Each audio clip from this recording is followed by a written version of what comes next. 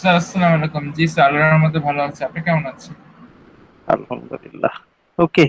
Assalamu alaikum. Welcome to our lecture 12 of GD 2231 or GD 247 History of English Literature 2. অন্যরা আসতে আসতে আমরা গত ক্লাসের লেকচারটা একটু হালকা রিভাইজ করি। আমাদের লাস্ট ক্লাসে আমরা প্রথমে আলোচনা করেছিলাম হচ্ছে মডার্ন পোয়েট্রি, আধুনিক কবিতা, মডার্ন পোয়েট্রির বৈশিষ্ট্য, ক্যারেক্টারিস্টিক্স অফ মডার্ন পোয়েট্রি। আমরা আপনাদেরকে একটা স্লাইড দেওয়া হয়েছিল। ওই স্লাইডে আমরা চারটা বৈশিষ্ট্য পেয়েছিলাম মডার্ন পোয়েট্রির। প্রথম, নাম্বার ওয়ান, এক্সপেরিমেন্টেশন। মডার্ন পোয়েট্রিতে প্রচুর পরিমাণে নতুন পরীক্ষা নিরীক্ষা থাকবে। মডার্ন পোয়েট্রি পুরাতন নিয়ম কানুন ধার ধারে না, সেগুলো সে অমান্য করে। নতুন নতুন পরীক্ষা নিরীক্ষা চলতে থাকে, নতুন ধরনের স্টাইল, নতুন রিদম, নতুন টেকনিক, নানা রকম এক্সপেরিমেন্টেশন মডার্ন পোয়েট্রিতে আমরা দেখতে পাই। আমাদের নেক্সট ক্যারেক্টারিস্টিক্স ছিল আর্টিস্টিক ইন্ডিভিজুয়ালিজম। ইন্ডিভিজুয়ালিজম তো আমাদের রোমান্টিক পোয়েট্রিতেও ছিল, মডার্ন পোয়েট্রিতে হচ্ছে ইন্ডিভিজুয়ালিজম অফ এন আর্টিস্ট, একজন শিল্পীর যে ব্যক্তি স্বাতন্ত্র্য, ব্যক্তিত্ব। কবিতা, কবিতার দুনিয়া, এই কবিতা পুরোটা যদি আমরা বুঝতে চাই তাহলে একজন একজন শিল্পী, শিল্পীর মন দিয়ে, শিল্পীর চোখ দিয়ে বুঝতে হবে। তারপর থার্ড ক্যারেক্টারিস্টিক্স ছিল অ্যান্টি রিয়েলিজম, গতানুগতিক যে বাস্তবতা, সেই বাস্তবতাকে অতিক্রম করে something beyond our conventional realism. Modern poet যারা, তারা পুরাতন নিয়ম কানুন, নীতি নিয়মের তোয়াক্কা করে না, দে সার্চ ফর সামথিং নিউ। এরপর ফোর্থ ক্যারেক্টারিস্টিক্স আমরা পেয়েছি ইন্টেলেকচুয়ালিজম। শুধুমাত্র রিডিং পড়ে মডার্ন পোয়েট্রি বোঝা খুবই কঠিন। মডার্ন পোয়েট্রি বুঝতে হলে বুদ্ধি খাটাতে হয়, মাথা খাটাতে হয়, পড়াশোনা জানতে হয়। অনেক কিছু জানাশোনা না থাকলে, অভিজ্ঞতা না থাকলে মডার্ন পোয়েট্রিটা বোঝা প্রায় অসম্ভব। ইন্টেলেকচুয়ালিজম, বুদ্ধিবৃত্তি প্রয়োগ না করলে মডার্ন পোয়েট্রি অ্যাপ্রিসিয়েটও করা যাবে না, বোঝাও যাবে না, মাথার উপর দিয়ে চলে যাবে। এই এই হচ্ছে আমাদের আপাতত আমরা চারটা বৈশিষ্ট্য মাথায় রাখি মডার্ন পোয়েট্রির ফোর ক্যারেক্টারিস্টিক্স। এটা দিয়ে আমরা লাস্ট ক্লাস শুরু করেছিলাম। এরপর আমরা আলোচনা করেছিলাম ইমাজিস্ট মুভমেন্ট। মডার্ন অথবা 20th সেঞ্চুরি পোয়েট্রি, এই সময়কার যে পোয়েট্রি, প্রথম যে সবচেয়ে গুরুত্বপূর্ণ আন্দোলন সেটা হচ্ছে ইমাজিস্ট মুভমেন্ট। পাশে দেখতে পাচ্ছেন দুইজন ব্যক্তির ছবি আছে। উপরের জন হচ্ছেন Hume, poet and philosopher T E. Hume. উনি হচ্ছেন ইমাজিস্ট মুভমেন্ট, এই ইমাজিস্ট আন্দোলনের গুরু। ওনার কথা হচ্ছে যাই কিছু লেখা হবে তা হতে হবে হার্ড, ক্লিয়ার অ্যান্ড কনক্রিট, পরিষ্কার, বোঝা যাবে, স্পষ্ট। সেই টি.ই. হিউমের উত্তরসূরি এজরা পাউন্ড, আমেরিকান পোয়েট, যিনি ওই সময় লন্ডনে ছিলেন। উনি রোমান্টিক পোয়েট্রি, ভিক্টোরিয়ান পোয়েট্রির বিরুদ্ধে বিদ্রোহ ঘোষণা করলেন। নিচে তার ছবি দেখতে পাচ্ছেন, Ezra pound. He was against romantic fuzziness and facile emotionalism.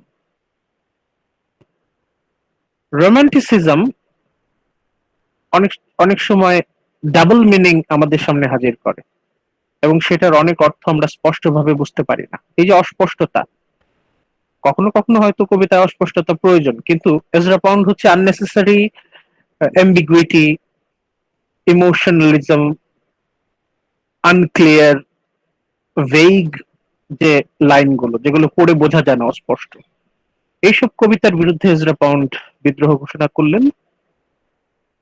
ওনাদের কথা ছিল, যারা ইমাজিস্ট ছিলেন, ইমাজিস্ট মুভমেন্টের সমর্থক যারা ছিলেন, তাদের কথা হচ্ছে কবিতা বা গল্প যাই থাকুক না কেন, there must be direct treatment of the topic. যা লেখা হবে ওই বিষয় সম্পর্কে সরাসরি বক্তব্য থাকবে, কোনো ঘুরানো পেঁচানো, তেনা পেঁচানো, ইনডিরেক্ট কথাবার্তা থাকা কোনো, এই মডার্ন পিরিয়ডে মোটেও এটা সমীচীন না। যা কিছু লেখা হবে স্পষ্ট, কোন রকম ভনিতা ছাড়া, without any confusions or ambiguity, কোন রকম কনফিউশন ছাড়া, কোন রকম দ্বিতীয় অর্থ ছাড়া। অনেক সময় অনেক জিনিসের দুইটা অর্থ হয়, তখন আমরা বলি ইট হ্যাজ অ্যাম্বিগুইটি, ব্যর্থকতা, দুই রকম অর্থ। তখন আমরা কনফিউজড হয়ে যাই, আমরা কি এটা বুঝবো না ওইটা বুঝবো। যারা ইমাজিস্ট তাদের কথা হচ্ছে এমন ভাবে কবিতা বা গল্প লিখবো যাতে সুন্দর একটা ইমেজ, ছবি আমাদের সামনে ফুটে ওঠে। সেই ইমেজ থেকে ইমাজিস্ট শব্দটা এসেছে। তাহলে এদের কথা কি ছিল? যারা ইমেজিস্ট তাদের কথা ছিল কনক্রিটনেস, মানে মূর্ত, যা কিছু লিখবো, আঁকবো, যা কিছু বলবো স্পষ্ট, একটা আকৃতি বোঝা যাবে। কনক্রিটনেস মানে হচ্ছে মূর্ত, মানে যেটার আকৃতি বোঝা যাচ্ছে স্পষ্ট। প্রিসিশন, আমার যতটুকু বলা প্রয়োজন আমি ততটুকুই বলবো, বেশিও বলবো না, কমও বলবো না, যথাযথ, proper. And finally clarity in text, যে কোনো কবিতা বা গল্পে স্বচ্ছতা থাকতে হবে, পরিষ্কার বোঝা যাবে না, কোন রকম অতিরিক্ত অভিনয়, ভনিতা ইমেজিস্টরা পছন্দ করতেন না। মডার্ন পোয়েট্রির প্রথম আন্দোলন, যারা সমালোচক, শিল্প সমালোচক, তারা বলেন এই ইমেজিস্ট মুভমেন্ট। এখানে আমরা কাদের নাম মনে রাখছি? আজরা পাউন্ড অ্যান্ড টি.ই. হিউম। এদের পর আমরা নেক্সট যে আন্দোলনের কথা আমরা বলেছিলাম সেটা হচ্ছে revival of metaphysical poetry. John ডানের কবিতা মেটাফিজিক্যাল পোয়েট্রি এই সময় আবার পুনর্জাগরণ হচ্ছে। Revival of the metaphysical poetry of 17th century, সপ্তদশ শতাব্দীর মেটাফিজিক্যাল পোয়েট্রি, সেই ধ্যান ধারণা, সেই নিয়ম আবার পুনরুত্থান হচ্ছে। জন ডান ওনার কবিতায়, উনি খুবই গুরুত্বপূর্ণ একজন কবি ইংরেজি সাহিত্যে, in English literature. John Donne is a very influential poet. ওনার অবদান হচ্ছে he brought intellectual complexity in poetry. তার কবিতা বুঝতে হলে আপনি শুধু পড়লেই তার কবিতায় আপনি বুঝতে পারবেন না, আনন্দ তো দূরের কথা, আপনি অ্যাপ্রিসিয়েট করতে পারবেন না। ইন্টেলেকচুয়াল কমপ্লেক্সিটি মানে ক্রিটিক্যাল পয়েন্ট অফ ভিউ থেকে আপনাকে তার কবিতা স্টাডি করতে হবে। মেটাফিজিক্যাল কনসেপ্ট, তার কবিতায় এক ধরনের বিশেষ মেটাফোর উনি ইউজ করেছেন, special metaphor, extended metaphor. Science and technology সম্পর্কে ধারণা না থাকলে এই উপমা বোঝাটা কঠিন। ফর এক্সাম্পল, উদাহরণস্বরূপ আমরা বলতে পারি তার বিভিন্ন কবিতায় প্রেমিকা বা beloved is compare to compass. প্রেমিকাকে কম্পাসের সাথে তুলনা করা হয়েছে, প্রেমিকাকে কম্পাসের সাথে তুলনা করা হয়েছে। কম্পাস আমাদেরকে কি হেল্প করে? Compass help us to find out direction. Compass আমাদেরকে দিক চিনতে সাহায্য করে। আমরা যখন হারিয়ে যাই তখন কম্পাসের সাহায্যে আমরা ফিরে পেতে পারি, মানে হারিয়ে গেলে আমরা ফিরে আসতে পারি আগের ঠিকানায়। তার মানে বিলাভেডকে কম্পাসের সাথে তুলনা করার মাধ্যমে জন ডান কি বোঝাতে চাচ্ছিলেন? বোঝাতে চাচ্ছেন beloved is my way of coming home, আমার ঠিকানা। আমি যদি ভুলে যাই, কম্পাস আমাকে ঠিক পথে নিয়ে যাবে। My beloved is like a compass. John Donne তার প্রেমিকাকে কম্পাসের সাথে তুলনা করেছেন। কম্পাস যেমন হারিয়ে গেলে পথ খুঁজে পেতে সাহায্য করে, জন ডান বলছেন তার যে প্রেমিকা তাকে একইভাবে কম্পাসের মতো হারিয়ে গেলে তাকে পথ খুঁজে পেতে সাহায্য করে। আরেকটা বিখ্যাত কবিতায় তার প্রেমিকাকে উনি হেমিস্ফিয়ারের সাথে তুলনা করেছেন। হেমিস্ফিয়ার হচ্ছে পৃথিবী তো একটা গোলাকৃতি। এটাকে যদি আমরা দুই ভাগে ভাগ করে ফেলি, কেটে ফেলি মাঝখান দিয়ে, অর্ধেক অর্ধেক হবে, প্রতিটা অর্ধেককে বলা হয় হেমিস্ফিয়ার। নায়িকাকে বা তার প্রেমিকাকে জন ডান, নায়িকাকে উনি হেমিস্ফিয়ারের সাথে তুলনা করেছেন। নায়িকা এক হেমিস্ফিয়ার, উনি আরেক হেমিস্ফিয়ার। দুইজন যখন একসাথে হয়, দুই হেমিস্ফিয়ার একসাথে হলে এটা হবে পৃথিবী। এর মাধ্যমে উনি কি বোঝাতে চাচ্ছেন? জন ডান বোঝাতে চাচ্ছেন তার প্রেমিকা হচ্ছেন অর্ধেক পৃথিবী, উনি নিজে হচ্ছেন বাকি অর্ধেক, দুজন মিলে সম্পূর্ণ পৃথিবী। তাহলে এই বিষয়গুলো যদি আমরা ইন্টেলেকচুয়াল পয়েন্ট অফ ভিউ থেকে চিন্তা না করি, তাহলে কিন্তু আমরা আনন্দটা পাবো না। কবিতার মাধ্যমে উনি চমৎকার ভাবে বোঝাতে চাচ্ছেন, এটা জানতে হলে আমাদেরকে একটু ইন্টেলেকচুয়ালি চিন্তা করতে হবে। এই যে জর্ডান স্টাইল, এই জর্ডান স্টাইল আবার পুনরুত্থান ঘটছে সপ্তদশ শতাব্দী থেকে এখন বিংশ শতাব্দীতে, after 300 years. Now, for a comprehensive understanding and appreciation one needs to have intellectual capacity.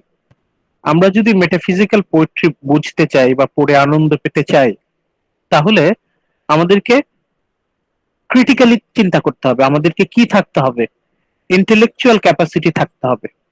Intellectuality বলতে আমাদের পড়াশোনা থাকতে হবে, পড়াশোনার থেকেও যেটা বড় সেটা হচ্ছে অভিজ্ঞতা থাকতে হবে। দুনিয়া সম্পর্কে একটা ভালো আইডিয়া থাকতে হবে, কোথায় কি হচ্ছে সবকিছু সম্পর্কে অভিজ্ঞতা থাকতে হবে। অভিজ্ঞতা ছাড়া, চিন্তা ভাবনা ছাড়া, বুদ্ধিবৃত্তি ছাড়া মেটাফিজিক্যাল পোয়েট্রি বোঝা সম্ভব না। তাহলে তারপর আমরা কোন আলোচনা দিয়ে শেষ করেছিলাম মেটাফিজিক্যাল পোয়েট্রি বিষয়ক? One must have contemporary knowledge, critical thinking capabilities and intellectuality. কি কি দরকার? কন্টেম্পোরারি নলেজ দরকার, বাস্তব জ্ঞান দরকার। ক্রিটিক্যাল থিঙ্কিং ক্যাপাবিলিটিস দরকার, মানে বিশ্লেষণী চিন্তা থাকতে হবে, চিন্তা করার ক্ষমতা থাকতে হবে। অ্যান্ড ফাইনালি ইন্টেলেকচুয়ালিটি, বুদ্ধিবৃত্তি থাকতে হবে, মাথায় বুদ্ধি থাকতে হবে। To understand, appreciate and analyse 20th century modern poetry. আমরা যদি মডার্ন পোয়েট্রি বুঝতে চাই, তাহলে আমাদেরকে এই তিনটা বিষয় আমাদের মধ্যে থাকতে হবে। তবেই আমরা আন্ডারস্ট্যান্ড, বুঝতে পারবো, অ্যাপ্রিসিয়েট, কদর করতে পারবো, অ্যানালাইজ, বিশ্লেষণ করতে পারবো। 3 নম্বর যে আন্দোলন সম্পর্কে আমরা আলোচনা করেছিলাম সেটা হচ্ছে French symbolist poetry influence. France থেকে একটা আন্দোলনের প্রভাব আধুনিক কবিদের মধ্যে এলো। ফ্রেঞ্চ সিম্বলিস্ট পোয়েট্রির বিশেষত্ব কি ছিল? অবশ্যই প্রিসিশন এন্ড কনক্রিটনেস, যেটা ইমেজেস পোয়েট্রিতে ছিল ওইটা তো আছেই। প্রিসিশন, যথাযথ প্রপার ল্যাঙ্গুয়েজ প্লাস কনক্রিটনেস, ক্ল্যারিটি, এর সাথে যোগ হলো ড্রিমি সাজেস্টিভনেস। ড্রিম, ড্রিম থেকে এসেছে ড্রিমি, স্বপ্নময়। সাজেস্টিভনেস, সাজেস্টিভ মানে হচ্ছে ইঙ্গিত দেয়া। ইঙ্গিত দেয়া মানে হচ্ছে কোনো কিছু সরাসরি না বলে অন্য কিছু দিয়ে বোঝানো। এটা ঠিক হেয়ালি না। হেয়ালি যেমন কোনো একটা কিছু কঠিন করে বোঝানো, সাজেস্টিভনেস মানে হচ্ছে কোনো একটা কিছু ঘুরিয়ে বোঝানো, তবে সেই ঘুরিয়ে বোঝানোর মধ্যেও একটা যুক্তি আছে। কারণ আমাদের জীবনে অনেক বিষয় আছে যেগুলো আমরা যদি সরাসরি বলি তাহলে হয়তো ওইভাবে বোঝা সম্ভব না, কিন্তু আমরা যদি তাকে ঘুরিয়ে বলি তাহলে হয়তো আরো ভালো বুঝতে পারবে। মানে আমাদের জীবনে কিছু কিছু বিষয় আছে আমরা যদি ঘুরিয়ে বুঝাতে পারি তাহলে আরো ভালোভাবে বোঝানো সম্ভব। মানে সবসময় যে একদম সরাসরি ক্লিয়ার কাট কথা বললে যে মিনিংটা সহজ করে বলা যায় তা না। সহজ কথা বলা যায় না সহজে, মাঝে মাঝে সহজ কথা কঠিন করে বলতে হয়। কঠিন করে না বললে মানুষ বুঝতে পারে না। সেই জায়গাটা সাজেস্টিভনেস, কবিরা এই টার্মটা খুব পছন্দ করে। সাজেস্টিভনেস, কোনো কিছু তারা সরাসরি বললে মাহাত্ম্যটা থাকে না, সিগনিফিকেন্স, বিশেষত্ব বোঝানোর জন্য একটু ঘুরিয়ে বলতে হয়। এই ক্ষেত্রে ফ্রেঞ্চ সিম্বলিস্ট পোয়েট্রি থেকে যে জিনিসটা খুবই গুরুত্বপূর্ণ ভাবে এলো সেটা হচ্ছে এই যে আন্ডারলাইন করছি, অ্যালিউসিভনেস। অ্যালিউসিভনেস মানে কি? অ্যালিউসিভনেস শব্দটা এসেছে অ্যালিউসিভ থেকে। এটার মানে কি? The quality of containing things that make you think of another particular thing. Things that make you think of another particular thing. দেখেন, একটা জিনিস দিয়ে আরেকটা জিনিস বোঝানো। এলুসিভনেস মানে হচ্ছে আপনি একটা বস্তু দিয়ে, একটা বিষয় দিয়ে, একটা ধারণা দিয়ে আপনি আরেকটা বস্তু বা বিষয় বা ধারণা সম্পর্কে আপনি দেবেন। যেমন things that make you think of another particular thing. Things that make you another particular thing. একটা বিষয়, একটা জিনিস আপনি দেখছেন, দেখে আপনার আরেকটা বিষয়ের কথা মনে পড়ছে। পার্সন অর আইডিয়া, আপনি একটা আইডিয়া দিয়ে আরেকটা আইডিয়া বোঝাতে পারবেন। একজন পার্সন একজন ব্যক্তিকে দিয়ে আপনি আরেকজন ব্যক্তিকে বোঝাতে পারবেন, একটা বস্তু দিয়ে আপনি আরেকটা বস্তুকে বোঝাতে পারবেন, মানে একটা দিয়ে আরেকটাকে বোঝানো। চোখের সামনে দেখাবো একটা, কিন্তু মনের ভেতরে দেখাবো আরেকটা। চোখের সামনে দেখাচ্ছি একটা, মনের মধ্যে দেখাবো আরেকটা। এরপর আমরা কি পড়েছিলাম? Combination of formal and informal conversational language. Formal কনভারসেশনের একটা ভাষা, আবার আমরা যখন ইনফর্মালি কথা বলি ল্যাঙ্গুয়েজ থাকে অন্যরকম। কবিতার মধ্যে হঠাৎ করে ফর্মাল ল্যাঙ্গুয়েজ চলছে, হঠাৎ করে ইনফর্মাল ল্যাঙ্গুয়েজ চলে আসবে, আবার ইনফর্মাল ল্যাঙ্গুয়েজ কথা বলা হচ্ছে, হঠাৎ করে ফর্মাল ল্যাঙ্গুয়েজ চলে আসে। এর ফলে কি হয়? একটা কমেডি ইফেক্ট তৈরি হয়। আপনারা দেখবেন আপনাদের কখনো কখনো কোনো আড্ডায়, ধরেন আপনারা গল্প করছেন, আপনি ফর্মাল ল্যাঙ্গুয়েজে কথা বলা শুরু করে হঠাৎ করে যদি ইনফর্মাল ল্যাঙ্গুয়েজ নিয়ে আসেন, এটা ট্রাই করবেন, তাহলে দেখবেন একটা মজার একটা আবহ তৈরি হয়, অনেক ফানি, মানে একটা হাস্যকর একটা পরিস্থিতি তৈরি হয়। একই সাথে এর মধ্যে একটা গভীর অর্থ লুকানো থাকে। যখন আমরা formal and informal conversational language যখন মিক্স আপ করে ফেলবো, মিক্সচার করে ফেলবো, কম্বাইন করে ফেলবো, তখন surface level meaning and deep level meaning তৈরি হবে। সারফেস লেভেলে তো একটা উইয়ার্ড মিনিং আসবে, সেটা হাসি পাবে, প্রথমবার শুনেই হাসি পাবে, কিন্তু আমরা যখন মাথা ঠান্ডা করে চিন্তা করব, তখন আমরা একটা ডিপ ডিপ লেভেল মিনিং খুঁজে পাবো। দুই ধাপের মিনিং। প্রথম হচ্ছে একদম সারফেস লেভেলের মিনিং, যেটা বাইরে বাইরে অর্থ, আরেকটা হচ্ছে গভীর অর্থ। ফ্রেঞ্চ সিম্বলিস্ট পোয়েট্রির আরেকটা গুরুত্বপূর্ণ কম্পোনেন্ট, গুরুত্বপূর্ণ বৈশিষ্ট্য, যেটা দিয়ে আমরা গতকাল ক্লাসের শেষের দিকে আলোচনা করেছিলাম, সেটা হচ্ছে আয়রনি, পরিহাস। নিয়তির নিষ্ঠুর পরিহাস বলে না, আয়রনি অফ ডেস্টিনি। আয়রনি মানে কি? আয়রনি শব্দটার সাথে আয়রন, লোহার সম্পর্ক আছে, কিন্তু লোহা আর আয়রনি একটা তার একটা সামঞ্জস্য আছে কি? আয়রনি মানে কি? The expression of one's meaning by using language that normally signifies the opposite. The expression of one's meaning by using language that normally signifies the opposite, typically for humorous and emphatic effect. মানে irony হচ্ছে আমি বলবো এক, বুঝাবো তার উল্টো। মানে আমি মুখে বলবো এক, কিন্তু মিন করব তার অপোজিট। দেখবেন আমাদের দৈনন্দিন জীবনে যখন আমরা আড্ডায় থাকি বা কখনো কথাবার্তায়, দেখবেন মাঝে মাঝে আমরা বলি একটা কিন্তু মিন করি সম্পূর্ণ অপোজিট।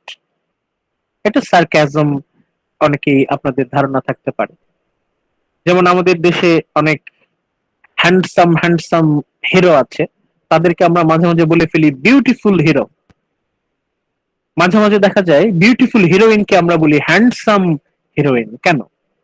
আমরা বলছি ভালো কিন্তু মিন করছি উল্টো, মানে positive. It seems positive but maybe we mean negative. অথবা কখনো কখনো আমরা নেগেটিভ বলি কিন্তু মিন করি পজিটিভ।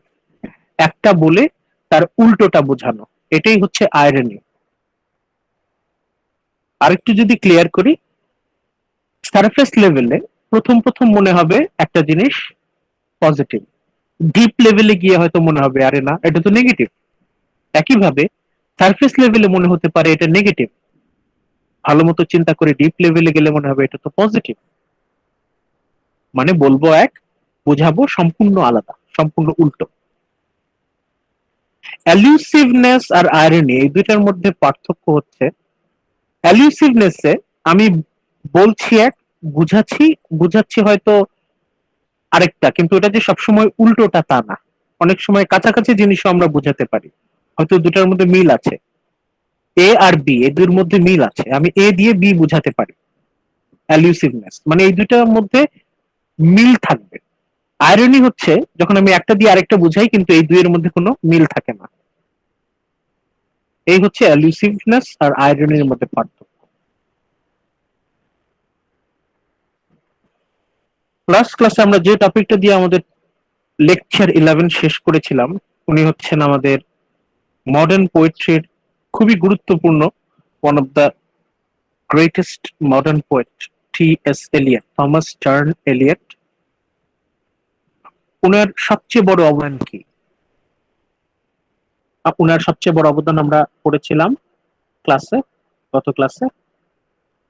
হি কম্বাইন্ড, অ্যাসিমিলেটেড, উনি একত্রিত করেছিলেন, অ্যান্ড সিনথেসাইজ, সমন্বয় করেছিলেন, the imagist movement in poetry, revival of the metaphysical poetry, and French symbolist poetry. আমরা এতক্ষণ ধরে যে তিনটা ধাপ রিভাইজ করলাম, imagist movement, revival of metaphysical poetry, French symbolist poetry, এই তিনটা আন্দোলনকে উনি কম্বাইন করলেন, কম্বাইন করে নিজের মতো একটা স্টাইল তৈরি করলেন, এবং সেটা এতই মহান একটা সৃষ্টি যে তার কারণে অনেকে আবার টি.এস. এলিয়টকে বলে the greatest, one of the greatest modern poet.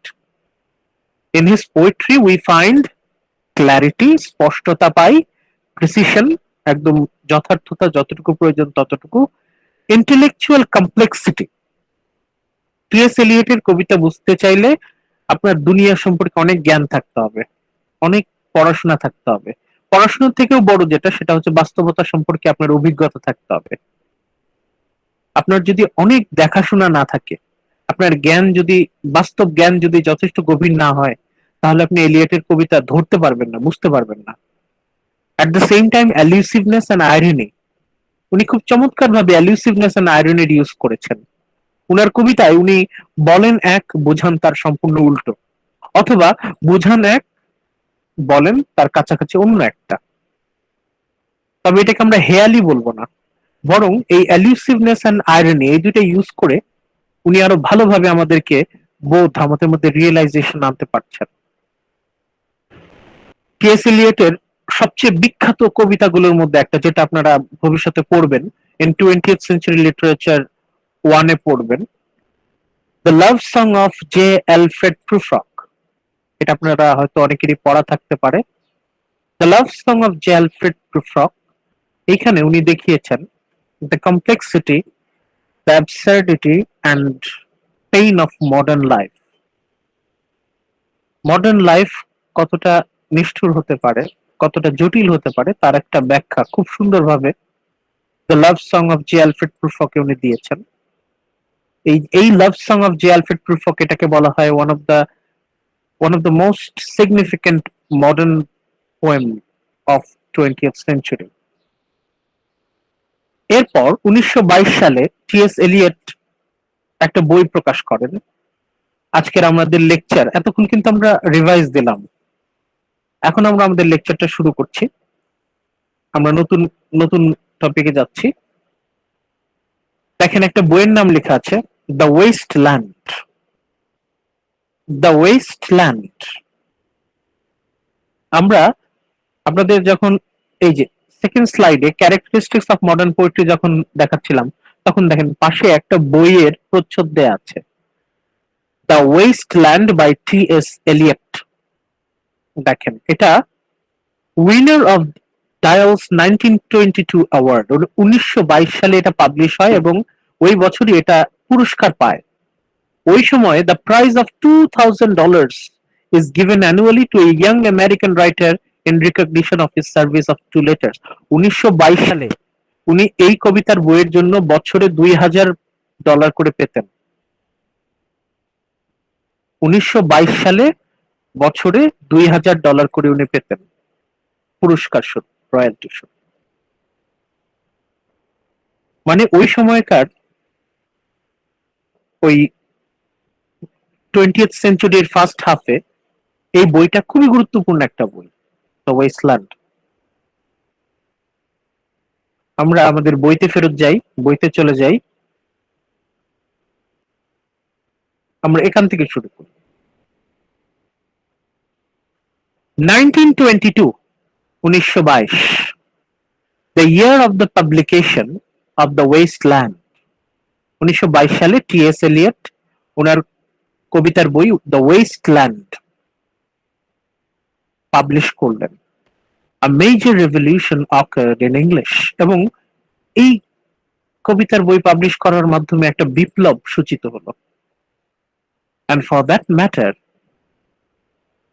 poetic theory and practice, one that determined the way in which most serious poets and critics now think about their art. এই বইটা এতটাই প্রভাবশালী, এতটাই সিগনিফিকেন্ট, এই বই ওই সময়কার যত পোয়েটস, ক্রিটিক্স, সমালোচক বলেন, কবি বলেন, সবার চিন্তা ভাবনার পদ্ধতি পাল্টে দিল। বইটা এতই যুগান্তকারী, দ্য ওয়েস্টল্যান্ড কবিতার বইটা এতটাই যুগান্তকারী, মানুষের চিন্তা ভাবনার পদ্ধতি পর্যন্ত বদলে দিল। কিভাবে চিন্তা করতে হবে, পুরাতন চিন্তা পদ্ধতি বাদ দিয়ে কিভাবে নতুন করে মডার্ন ওয়েতে চিন্তা ভাবনা করা যায়, সমালোচনা করা যায়, এরকম একটা বৈপ্লবিক পরিবর্তন তিনি নিয়ে আসলেন। এটা কিন্তু চারটিখানি কথা না। একটা কবিতার বই কতখানি গুরুত্বপূর্ণ হলে মানুষের চিন্তার পদ্ধতি, দ্য ওয়ে অফ থিঙ্কিং বদলে দেয়। ওই সময় হাইলাইট করলাম একটা সেন্টেন্স, দেখেন, writers on both side of the English channel were influenced by French Impressionist, Post-Impressionist and Cubist painters' radical re-examination of the nature of reality. যেটা গত ক্লাসে বলেছিলাম, তার আগের ক্লাসেও বলেছি, বাস্তবতা রোমান্টিক পিরিয়ড বা ভিক্টোরিয়ান পিরিয়ডে বাস্তবতাকে যেভাবে দেখা হতো, মডার্নিস্টরা এসে বললো যে এটা আসলে সত্যিকারের বাস্তবতা না। এতদিন পর্যন্ত আমরা যেটাকে বাস্তবতা বলে জেনে আসছি, এটা একটা মায়া, ইলিউশন। এই অনুপ্রেরণা তারা কোথা থেকে পেলেন? পোয়েটদের মধ্যে কিন্তু সবার আগে চিন্তা ভাবনা হয়তো আসেনি। বেশিরভাগ মডার্নিস্টরাই তারা ইন্সপায়ার্ড বাই পেইন্টিং, তারা হচ্ছে চিত্রকলা, ছবি, পেইন্টিং দেখে, পেইন্টিং এর উপর ভিত্তি করে তারা তাদের কবিতার যে ধরন, কবিতার যে থিওরি, এটাতে পরিবর্তন নিয়ে আসলেন। ফ্রেঞ্চ ইমপ্রেশনিস্ট, আপনারা যদি গুগলে সার্চ দেন ইমপ্রেশনিজম, পোস্ট ইমপ্রেশনিজম, কিউবিজম, তাহলে দেখবেন পেইন্টিং গুলো অদ্ভুত। মানে একটা মানুষের চেহারা আমরা যেভাবে বাস্তবতা হিসেবে চিন্তা করি, মানে কিউবিস্টরা বা ইমপ্রেশনিস্টরা মানুষের চেহারাটাকে কেমন ডিস্টর্ট করে আমাদেরকে পেইন্টিং দেখাচ্ছে।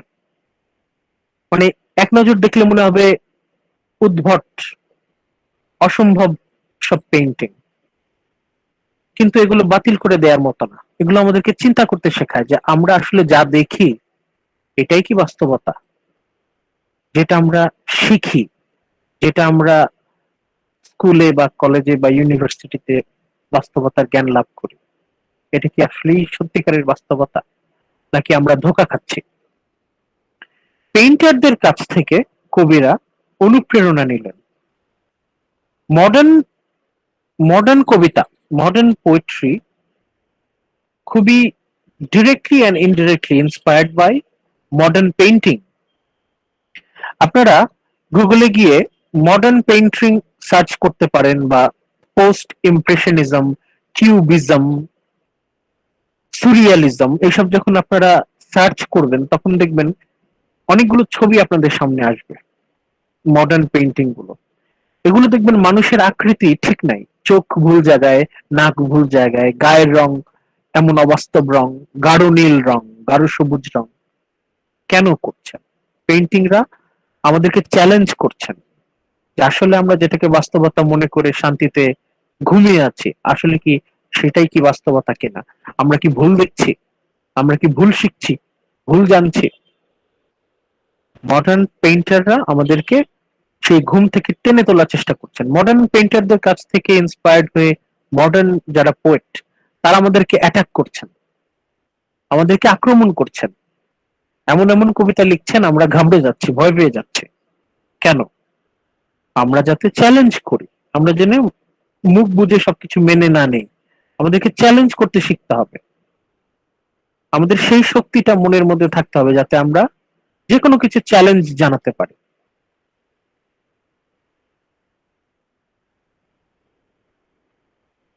ওকে, আমাদের টি.এস. এলিয়ট, অবশ্যই তার সম্পর্কে আপনাদের আইডিয়া থাকতে হবে। টি.এস. এলিয়ট কে, তার অবদান কি, তার বিখ্যাত কাজগুলো, কবিতার নাম, কবিতার বই, এগুলো আপনারা স্টাডি করবেন। টি.এস. এলিয়টের পর যে গুরুত্বপূর্ণ কবির নাম আমাদের মনে রাখতে হবে, ওনার নাম Gerard Manley Hopkins. Gerard Manley Hopkins, সংক্ষেপে জি.এম. হপকিন্স। অন্তত হপকিন্স নামটা মনে রাখেন, H-O-P, hop, K-I-N-S, Hopkins, GM. Hopkins. কেন ওনাকে আমরা মনে রাখবো? ওনাকে মনে রাখার কারণ হচ্ছে, GM. Hopkins, he encouraged experimentation in language and rhythm. He encouraged experimentation in language and rhythm. আমরা যখন ক্যারেক্টারিস্টিক্স অফ মডার্ন পোয়েট্রি পড়েছিলাম, তখন আমরা প্রথমেই যে বৈশিষ্ট্যটা পড়েছিলাম সেটা হচ্ছে এক্সপেরিমেন্টেশন। মডার্ন পোয়েট্রি মানে হচ্ছে অনেক পরীক্ষা নিরীক্ষা হবে, সেই পুরাতন ধ্যান ধারণা, পুরাতন স্টাইল, পুরাতন টেকনিকে আর কবিতা লেখা যাবে না। নতুন কিছু বের করতে হবে, নতুন পদ্ধতি, নতুন টেকনিক, নতুন স্কিল, নতুন ওয়ে, নতুন স্টাইলে কবিতা লিখতে হবে। পরীক্ষা নিরীক্ষা যত করা যায়, এক্সপেরিমেন্ট যত করা যায়, আগের সবকিছু বাদ, ট্রাই সামথিং নিউ। এই যে এক্সপেরিমেন্টেশন, এই সাহসটা কবিদের মধ্যে কার প্রথম এসেছিল? প্রথম যার মধ্যে আমরা এই সাহসটা দেখতে পাই, উনি হচ্ছেন Hopkins, Gerard Manley Hopkins. He encouraged experimentation in language and rhythms. ভাষা আর ছন্দ, ল্যাঙ্গুয়েজ, রিদম, কত রকম পরীক্ষা নিরীক্ষা করা যায়, কত ভাবে একটা জিনিস, কত স্টাইলে, কত ছন্দে, কত ভাবে, কত ভাষায় বলা যায়, এই সাহসটা প্রথম দেখিয়েছিলেন হপকিন্স। হপকিন্স, তার অবদান কি তাহলে? অবশ্যই এক্সপেরিমেন্টেশন, আর কি? Hopkins combined absolute precision of individual image with a complex ordering of images and a new kind of metrical patterning. উনি হপকিন্স কম্বাইন করছেন, মিক্স করছেন absolute precision of individual image with a complex ordering of images. একটা ছবির সাথে আরো অনেক ছবি মিলিয়ে একটা কমপ্লেক্স ইমেজ তৈরি করা, একটা সরল ছবি, একটা সিম্পল ইমেজ থেকে কমপ্লেক্স ইমেজ তৈরি করা, একটার পর একটা ইমেজ একসাথে যোগ করে। এবং সেই ইমেজটা উনি কিভাবে এক্সপ্রেস করছেন? Through experimentation in language and rhythm, নতুন ছন্দ, নতুন ভাষা ব্যবহার করে কমপ্লেক্স ইমেজ তৈরি করা। এবং আপনারা যখন জেরার্ড ম্যানলি নিয়ে পড়াশোনা করবেন, তখন দেখবেন উনি নতুন এক ধরনের ছন্দ আবিষ্কার করেন। কি নতুন ধরনের ছন্দ, দেখি আপনারা খুঁজে বের করতে পারেন কিনা হপকিন্স সম্পর্কে। আপনারা বিভিন্ন গুগলে বা বিভিন্ন ওয়েবসাইটে আপনারা সার্চ করতে পারেন যে হপকিন্স ইনভেনশন ইন রাইমিং। উনি একটা স্পেশাল রাইমিং, স্পেশাল মেট্রিক্যাল প্যাটার্ন আবিষ্কার করেছিলেন নিজের। উনি সেই শেক্সপিয়ার, এডমন্ড স্পেন্সার অথবা জন ডান কিংবা রোমান্টিক পোয়েটস বা ভিক্টোরিয়ান পোয়েটসরা যে ছন্দে লিখে গেছেন, যে স্টাইলে লিখে গেছেন, যে ভাষায় লিখে গেছেন, উনি কিন্তু সেটা গ্রহণ করেননি। He tried something totally new. উনি এতটাই অন্যরকম ছিলেন, জেরার্ড ম্যানলি হপকিন্স, উনি এতটাই আলাদা ছিলেন তার সমসাময়িকদের থেকে, যে তার জীবদ্দশায় কেউ তার লেখা বুঝতে পারত না। হপকিন্স তার বেঁচে থাকতে উনি কদর পাননি। উনি মারা যাওয়ার বহু বছর পর 1918 সালে ইন 1918 হপকিন্সের একটা বই পাবলিশড হয়। রবার্ট ব্রিজেস এই বইটা পাবলিশ করেন এবং তখন মানুষ অবাক হয়ে যায় যে ভিক্টোরিয়ান পিরিয়ডে জেরার্ড ম্যানলি হপকিন্স ভিক্টোরিয়ান পিরিয়ডে বসে এত মডার্ন কবিতা কিভাবে লিখলেন। জেরার্ড ম্যানলি হপকিন্স, বুঝতেই পারছেন, he lived and died in Victorian period, কিন্তু তার লেখার মধ্যে ভিক্টোরিয়ান স্টাইল অ্যাবসেন্ট। এজন্যই কিন্তু ম্যানলি হপকিন্স, জিএম হপকিন্সের নাম আপনারা ভিক্টোরিয়ান পোয়েট্রিতে নামটা শোনেনি নাই, কারণ উনি ভিক্টোরিয়ান স্টাইল রিজেক্ট করেছিলেন, প্রত্যাখ্যান করেছিলেন। উনি ভিক্টোরিয়ান পিরিয়ডে বসে হি ক্রিয়েটেড সামথিং মডার্ন। উনি মারা যাওয়ার মোর দেন 30 ইয়ার্স, 30 বছরের বেশি, 37 বছর পর ইন 1918 উনার বই পাবলিশ হলো। এখন সবাই অবাক। Even T.S. Eliot was dumbfounded by the invention of Hopkins. এই হপকিন্স এত বছর আগে ভিক্টোরিয়ান পিরিয়ডে কিভাবে এত আধুনিক কবিতা লিখে গেছেন। উনি প্রথম কবিদের মধ্যে সাহস দেখালেন যে কবিতায় কত রকম পরীক্ষা নিরীক্ষা করা যায়। সিম্পল ইমেজ একসাথে করে কমপ্লেক্স ইমেজ তৈরি করা যায়। সহজ ভাষায় কি করে কঠিন কথা বলা যায়। Hopkins is really a modern poet who lived and died in Victorian period. এই হপকিন্স 1918 সালের আগে ওনার নাম খুব কম মানুষ জানতো। Even T.S.. এলিয়ট উনিও হপকিন্সকে ওইভাবে পড়তে পারেন, ওনার সেই সৌভাগ্য হয় নাই পড়াটা। কিন্তু 1918 সালে হপকিন্সের কবিতা যখন পাবলিশ হলো, তখন আস্তে আস্তে যত কন্টেম্পোরারি মডার্ন পোয়েট আছে ওই সময় জীবিত ছিলেন, সবাই হপকিন্সকে ফলো করা শুরু করলেন। কারা কারা ছিলেন সেই সময় হাইলাইট করছি। The young poets of the early 1950s, 1950-এর দশকের যারা তরুণ নবীন কবি, বয়সে যারা নতুন, Auden, Stephen Spender, Cecil Day Lewis. W H. অডেনের কবিতা আপনারা পড়বেন, স্পেন্ডার, সেসিল ডে লুইস। এরা ছিল 1950-এর দশকের তিনজন তরুণ কবি এবং they are really prominent modern poets. প্রথম সারির আধুনিক কবি, modern poet W H. Auden, Stephen Spender, Cecil Day Lewis. এরা তিনজন মাচ ইনফ্লুয়েন্স বাই হপকিন্স, একই সাথে as well as by Eliot. ওই সময়ে 1950-এর দশকে এলিয়ট তখন already the most powerful, most prominent modern poet. এই যে বলা আছে এলিয়টের পাশে দেখেন, then the presiding genius of modern English and American poetry. Britain বলেন, আমেরিকা বলেন, এলিয়ট তখন প্রধান কবি, the supreme poet in both America and Britain. Eliot and Hopkins. Hopkins তো 1918 সাল থেকে সবাই নাম জানলো, এলিয়টও আস্তে আস্তে কবিতা পাবলিশ করছেন।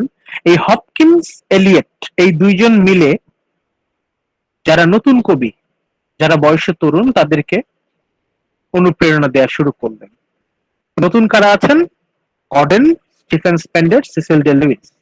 দে were inspired by and influenced by G.M. Hopkins and T.S. Eliot.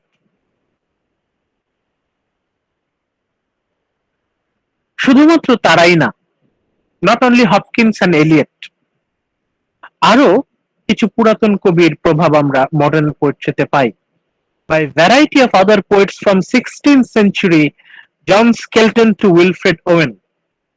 16th century, 16th century হচ্ছে শেক্সপিয়ারের সময়ের আগের শতাব্দীটা। মানে কিছু পুরাতন কবিও তাদের থেকেও ইন্সপিরেশন মডার্ন পোয়েট্রি নিচ্ছেন। তার মানে আধুনিক কবিরা যে শুধুমাত্র আধুনিক কবিদেরকেই ফলো করছেন তা না, they are also inspired by old poets. তাহলে আমরা এখানে এই প্যারাগ্রাফটাতে আমরা কাদের কাদের নাম পেলাম, কাদের কথা মনে রাখতে হবে? Obviously, G.M. Hopkins, Gerard Manley Hopkins, very important name. He encouraged the modern poets. Numerous experimentation in language and rhythm. ভাষা আর ছন্দ নিয়ে যত রকম পরীক্ষা নিরীক্ষা করা যায় সেই অধিকারটা দিয়ে গেলেন, উনি সেই লাইসেন্সটা কবিদের দিয়ে গেলেন যে you have the license to do experimentation in language and rhythm. ভাষা ছন্দ নিয়ে তুমি তোমার ইচ্ছা মতো কারিকুরি করতে থাকো, পরীক্ষা নিরীক্ষা করতে থাকো। তারপর টি.এস. এলিয়ট, হপকিন্স, এরা দুইজন মিলে ওই সময়ের যারা নবীন কবি তাদেরকে ইন্সপায়ার করলেন। Gordon Spender Levi's.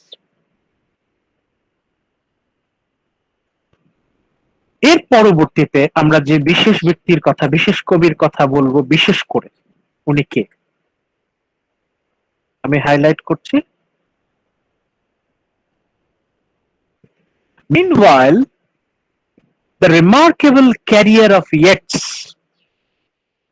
stretching across the whole modern period. এই সময়ে একটা বিস্ময়কর প্রতিভার জন্ম হলো, ওনার নাম হচ্ছে ইয়েটস।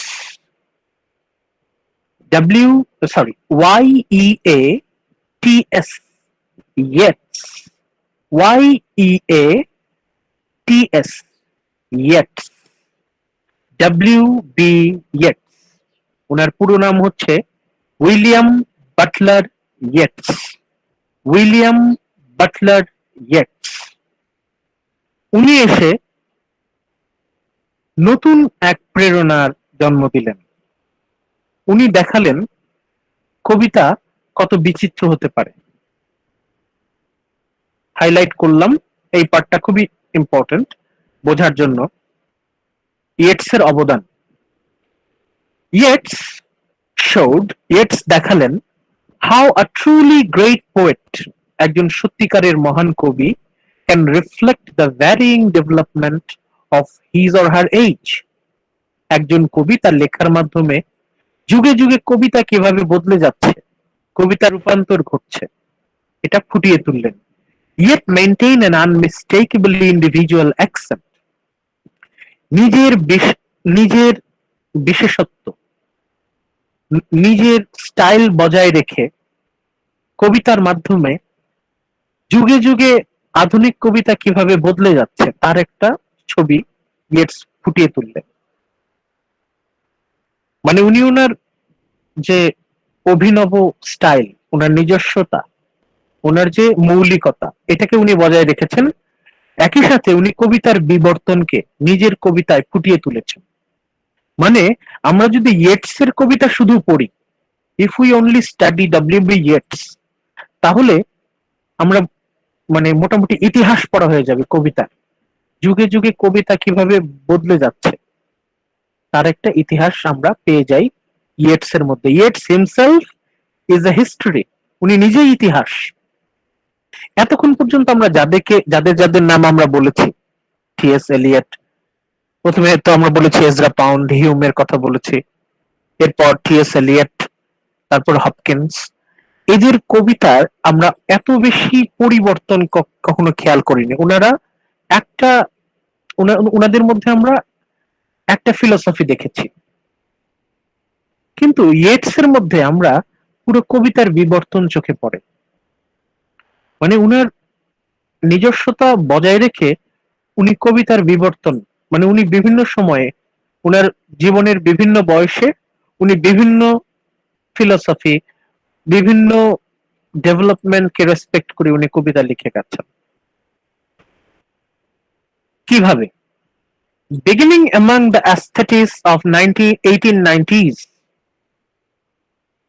আমরা আমাদের লেকচার 9-এ লেকচার 10-এ বলেছিলাম aesthetic movement, art for art sake, সেই যে শিল্পের জন্য শিল্প।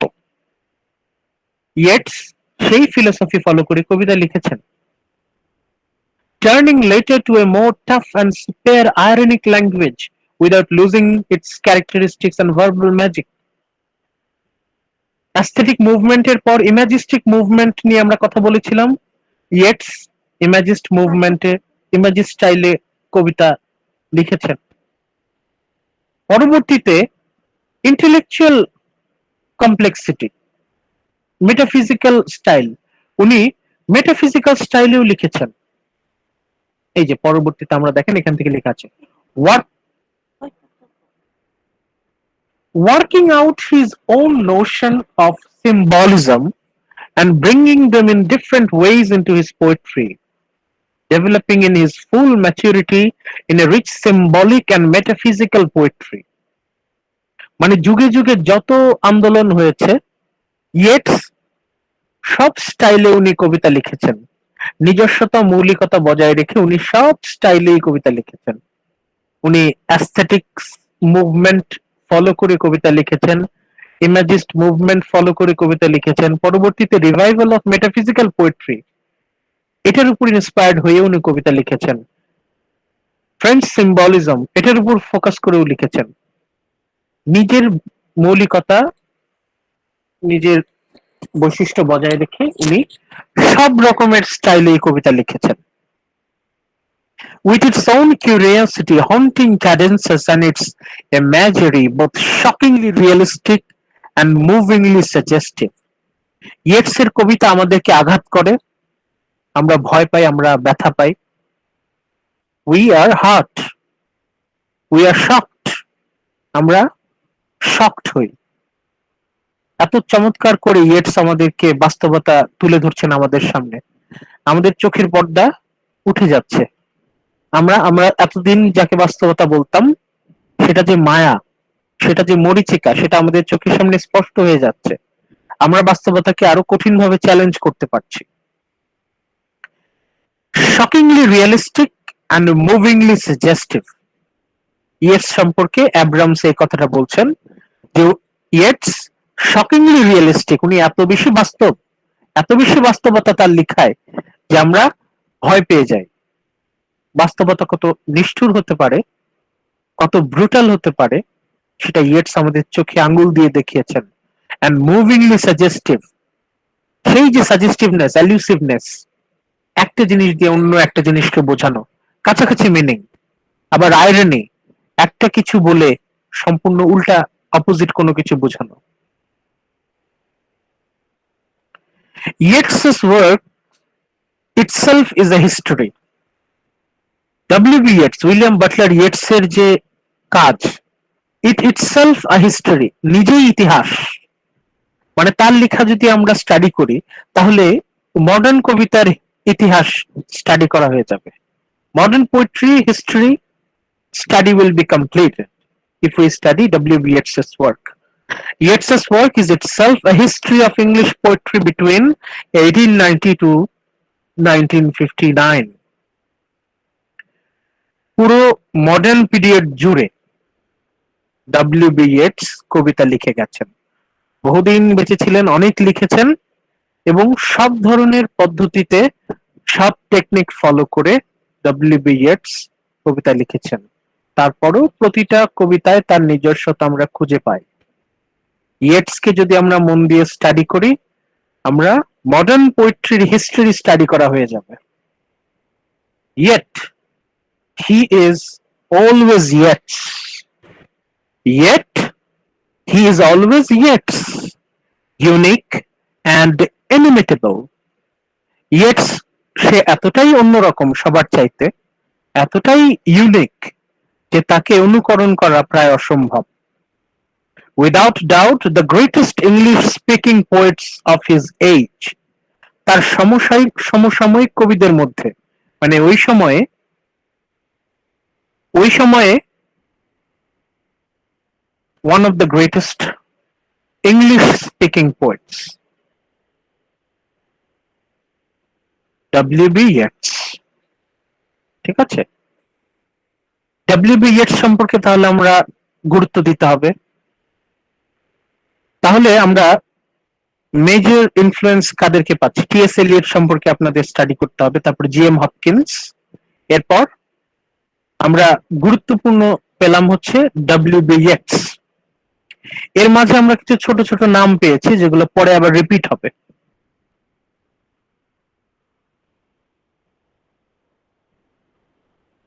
আমরা নেক্সট পেজে চলে যাই।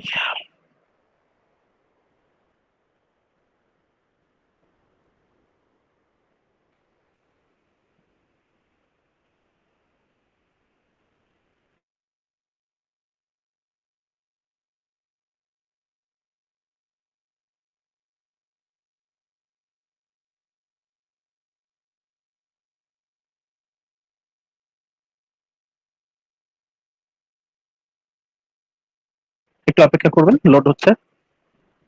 আমরা পেজ 6 এ প্রথম লাইনের মাঝামাঝি চলে আসি। ও, এখানে সরাসরি আসলে হয়তো আপনাদের একটু কনফিউশন হতে পারে, আমরা বরং লাস্ট লাইনটা একটু পড়েই আসি। In his poem Remembering the 30s, Donald Davy declared, Donald নামে একজন কবি তার একটা কবিতা রিমেম্বারিং দ্য 30s, 30-এর দশকের স্মরণে, সেখানে উনি লিখলেন, A neutral tone is nowadays preferred. A neutral tone is nowadays preferred.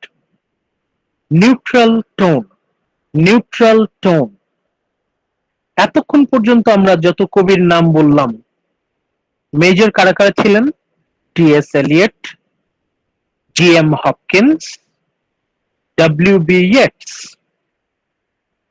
একই সাথে আমরা আরো কয়েকজন তরুণ কবির নাম জেনেছি, WH. Auden, Stephen Spender, Cecil Day Lewis. এরা সবাই, এদের কবিতার ভাষা যদি আমরা স্টাডি করি, যে তাদের কবিতার টোনটা কেমন ছিল, মুড, টোন,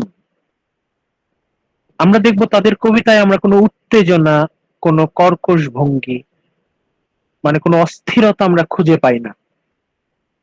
এতক্ষণ পর্যন্ত আমরা যে মডার্ন পোয়েট্রির কথা বলে আসছি, সবই হচ্ছে আর নিউট্রাল টোন, মানে খুব বেশি খুশিও না, আবার খুব বেশি দুঃখীও না, খুব বেশি রাগান্বিতও না, আবার খুব বেশি হতাশও না, মানে একটা নিউট্রাল, মানে মাঝামাঝি একটা টোন। দ্যাট টোন, এই যে নিউট্রাল টোনের কথা বলছেন Donald Davie, that tone the coolly clinical tone of Auden. এই যে অডেনের নাম চলে আসলো, ডব্লিউ.এইচ. অডেন, যার কথা আমরা পড়েছিলাম। ডব্লিউ.এইচ. অডেন, তার যে কবিতা, এই এলিয়ট, ইয়েটস, হপকিন্সদের মতোই অডেন, এদের কবিতায় একটা ঠান্ডা একটা আবহাওয়া, খুব বেশি অস্থিরও না, আবার একেবারে শান্তও না, মানে মাঝামাঝি, cool, neutral tone. W H. Auden, তার কবিতা, তার যে টোনটা, এটাকে বলা হয় the representative tone until World War two, দ্বিতীয় বিশ্বযুদ্ধ আসার আগ পর্যন্ত, 1939 আসার আগ পর্যন্ত কবিতার টোন, মানে আবহাওয়া, মেজাজ মোটামুটি নিউট্রাল ছিল। এরপর হঠাৎ করে দ্বিতীয় বিশ্বযুদ্ধ এসে কবিদের মধ্যে অন্যরকম এক আবহাওয়া নিয়ে আসলো। But as it ended and World War two began, দ্বিতীয় বিশ্বযুদ্ধ শুরু হয়ে গেল এবং কবিতার যে মেজাজ চেঞ্জ হয়ে গেল। এরকম খুবই গুরুত্বপূর্ণ পয়েন্ট। আর নিউট্রাল টোন, আর নিউট্রাল টোন, এতক্ষণ যে আমরা বললাম নিউট্রাল টোনের কথা, মাঝামাঝি একটা মেজাজ, ঠান্ডা মেজাজ, কুল। A neutral tone gave way to the vehemence of what came to be known as the new apocalypse. কবিতার মেজাজ সম্পূর্ণ চেঞ্জ হয়ে গেল। এতদিন পর্যন্ত কবিতা ছিল ঠান্ডা, কুল মেজাজের, এখন কবিতার মধ্যে রাগ, হিংস্রতা, ভায়োলেন্স, গর্জন আমরা টের পাচ্ছি। A neutral tone gave way to the vehemence of what came to be known as the new apocalypse. Apocalypse মানে হচ্ছে বিপর্যয়, ধ্বংস। দ্বিতীয় বিশ্বযুদ্ধ লিটারালি পৃথিবী বহু অংশ ধ্বংস করে দিয়েছে। দ্বিতীয় বিশ্বযুদ্ধ পৃথিবীর বিশাল একটা অংশ ধ্বংস করে দিয়েছে। সেই যে ধ্বংসযজ্ঞ, সেইটার একটা প্রতিফলন আমরা কবিতার মধ্যেও পাচ্ছি। সেই অ্যাপোক্যালিপস কবিতার মধ্যেও চলে আসলো। New apocalypse, the new apocalypse, একটা নতুন দল তৈরি হলো, দ্য নিউ অ্যাপোক্যালিপস। কারা কারা ছিলেন এই দলে? কারা কারা ছিলেন? The poets of this movement named new apocalypse. এই যে নিউ অ্যাপোক্যালিপস মুভমেন্ট, আন্দোলন, নিউ অ্যাপোক্যালিপস মুভমেন্টের পুরোভাগে কে ছিলেন? The most notable of whom was Dylan Thomas. Dylan Thomas. D-Y-L-A-N. Dylan, T-H-O-M-A-S. উনি ওয়েলসের পাবলিক ছিলেন। উনি নিজেকে মাতাল বলে ঘোষণা করতে গর্ববোধ করতেন। ডিলান থমাস, এটা তার গর্বের বিষয় ছিল। উনি সবসময় গর্ব করে বলতেন যে I am always drunk and it is my pride. Dylan Thomas, one madman, one drunkard. অনেকে ডিলান থমাসকে পছন্দ করে না, কারণ ডিলান থমাসকে তারা মাতাল বলে আখ্যায়িত করে। অনেকে আবার ডিলান থমাসকে পাগল বলে, হিংস্র। আ ভায়োলেন্ট ড্রাঙ্কার্ড, ডিলান থমাস। উনি কবিতার মধ্যে একটা রীতিমতো ঝড় নিয়ে আসলেন। এই যে উনার দল নিউ অ্যাপোক্যালিপস, কবিতার ভাষা সম্পূর্ণ বদলে দিল। The poets of this movement, the new apocalypse, এদের গুরু ছিলেন ডিলান থমাস। ডিলান থমাস কি করলেন? কবিতার মধ্যে অডাসিটি অ্যান্ড ভায়োলেন্স নিয়ে আসলেন, হিংস্রতা, বর্বরতা, প্রচন্ড রাগ, প্রচন্ড ক্ষোভ, ঘৃণা। এতদিন পর্যন্ত কবিতার মধ্যে একটা ঠান্ডা মেজাজ ছিল, ডিলান থমাস সেই মেজাজের মধ্যে আগুন ধরিয়ে দিল। অ্যাগ্রেসিভ, ভায়োলেন্ট, গো, অডেশাস। অডাসিটি মানে কি? দুঃসাহস, স্পর্ধা, ভায়োলেন্স, বর্বরতা, নৃশংসতা। মানে কবিতা পড়তে পড়তে গা শিউরে ওঠে, মনের মধ্যে ভয় জমে। সেই ভয়ঙ্কর মেজাজ, ধ্বংসাত্মক মেজাজ, কবির মনের মধ্যে ধ্বংস খেলা করছে। কবিতা পড়তে পড়তে মনে হবে যে কবির মনে কত অস্থিরতা।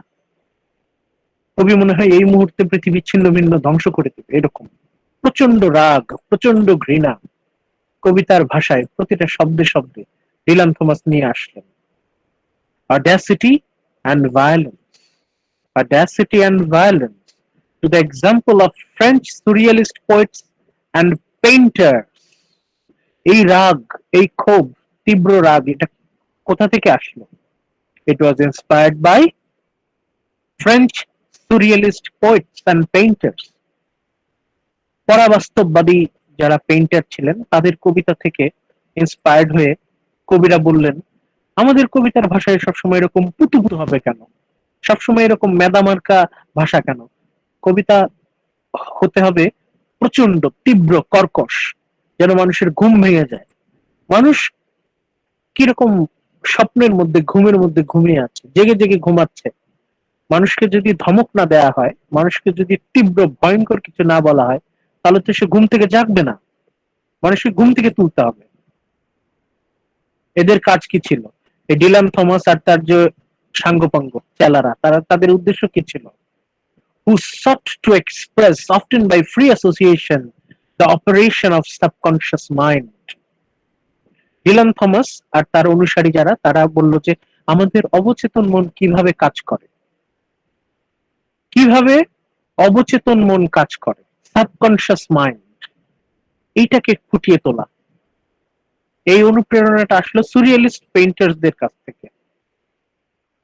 ফ্রান্সের যারা পরাবাস্তববাদী চিত্রশিল্পী এবং কবি, তাদের কাছ থেকে এই অনুপ্রেরণাটা এলো।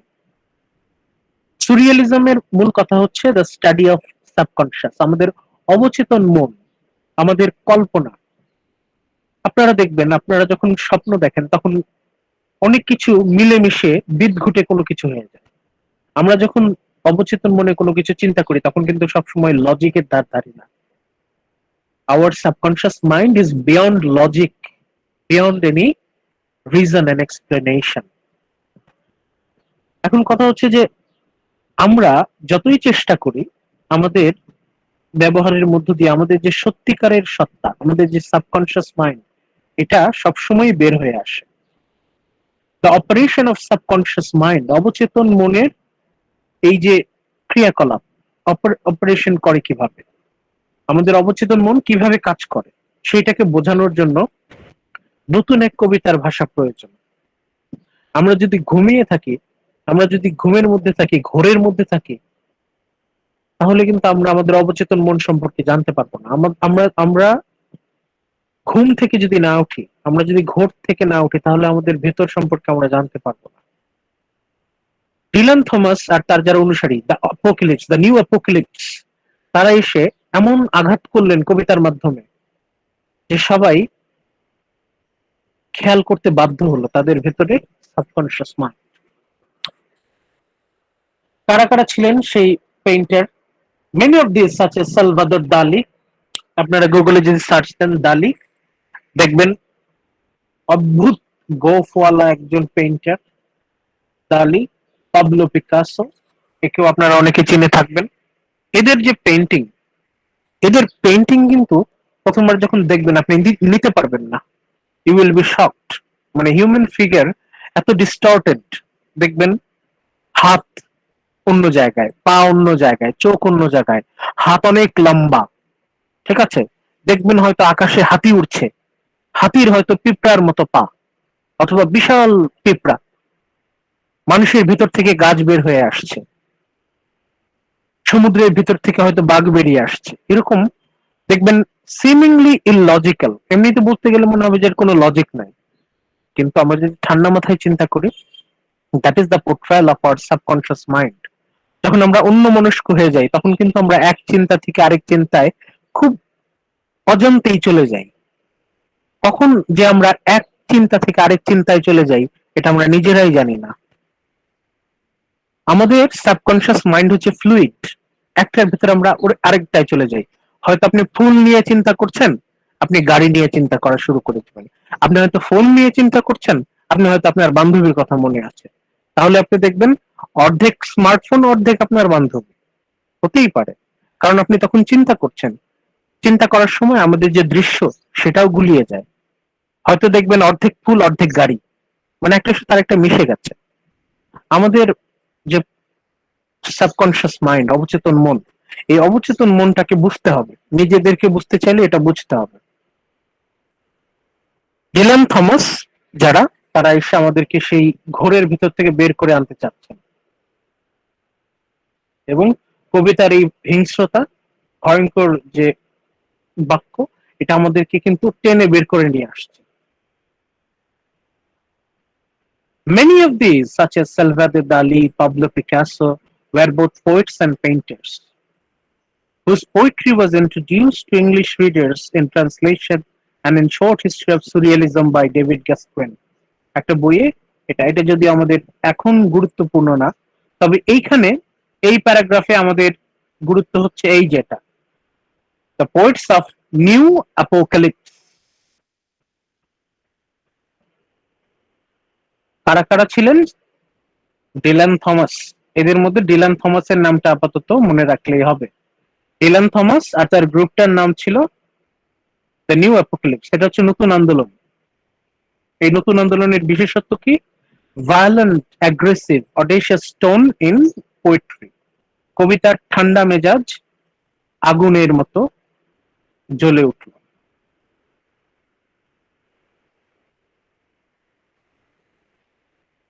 With the coming of 1950s, 1950-এর দশকে, however, the pendulum swung back again.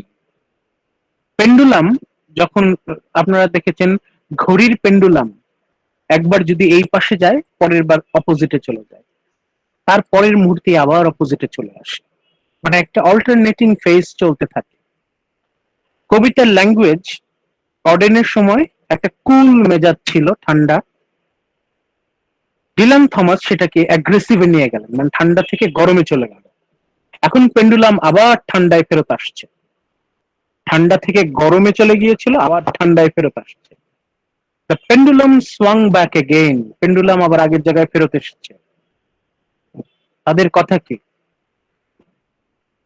A new generation of poet, নতুন প্রজন্ম আসলেন, যাদের মধ্যে ছিলেন ডোনাল্ড ডেভি, যার নাম আমরা একটু আগে বললাম।